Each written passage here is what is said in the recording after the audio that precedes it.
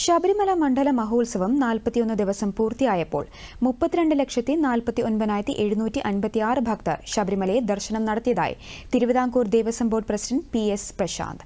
ശബരിമലയിൽ വാർത്താസമ്മേളനത്തിൽ സംസാരിക്കുകയായിരുന്നു അദ്ദേഹം.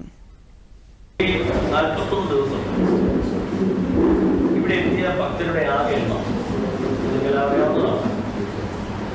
32,49,756.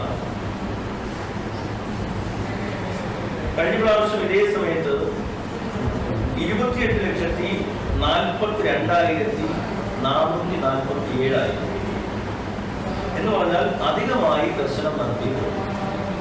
5,66,570 രൂപ, 5,66,570 രൂപ അധികമായി കഴിഞ്ഞ വർഷത്തെ കണക്കൊന്നും മുൻവർഷത്തെ 4,07,309 പേരാണ്. 4,07,309 പേരാണ്. 4,07,309 പേരാണ് അധികമായി.